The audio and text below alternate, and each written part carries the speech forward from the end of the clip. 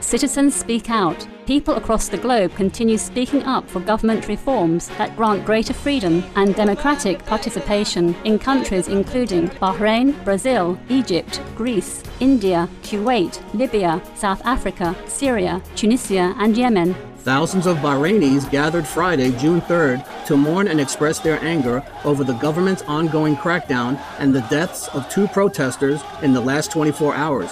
Including a 69-year-old female activist who died of tear gas inhalation Thursday, and a man detained for several months who just died in the hospital after having been severely beaten.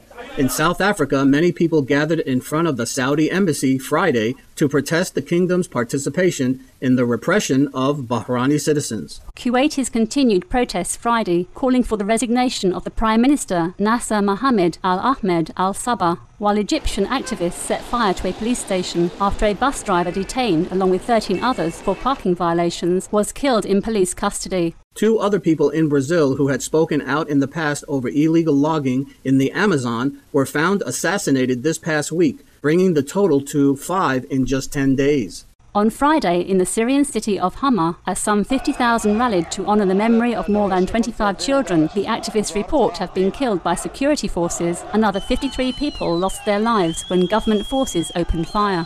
Attacks also continued on the town of Rastan, where, according to Sky News, at least another 7 people were killed Friday. UN Secretary-General Ban Ki-moon on Friday once again urged for an immediate end to the government's violent repression, as he also called for an independent investigation into the deaths, disappearances and arrests, which now number in the thousands.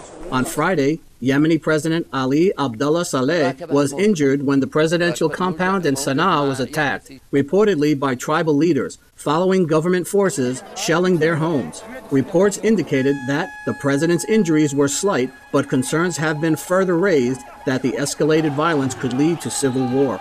With grief for those who lost their lives and other victims of the violence, we pray for the ceasing of all conflicts and that peace, dignity and freedom may reign as the way that citizens everywhere choose to live.